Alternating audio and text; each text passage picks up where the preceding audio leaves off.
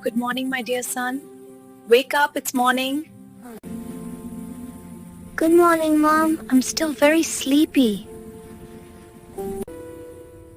I know, beta, but the sun is already up and you have school today. Mom, can I sleep for 5 more minutes, please? You ask for 5 minutes every day, and those 5 minutes become 15. Okay, Mom. I'm getting up. That's my good boy. First, brush your teeth and wash your face. Yes, Mom. Is my breakfast ready? Almost ready. I'm cooking your favorite food. Really? Thank you, Mom.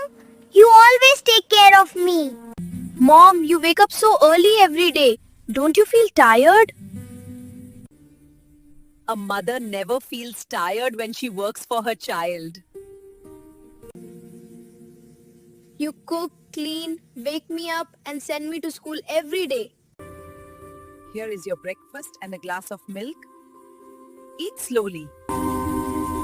The food is very tasty, Mom. I'm happy when you eat well. Mom, I promise I will study hard and make you proud. That's all I want, my son. Mom, you always help me. Thank you. Always be disciplined and kind to everyone.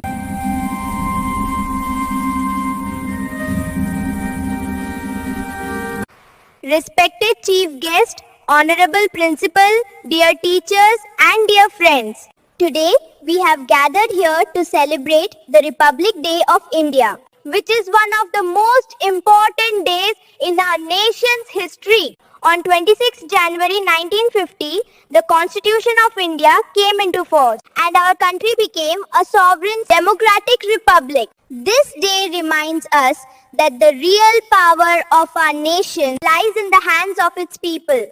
Our constitution was drafted under the leadership of Dr. B.R. Ambedkar.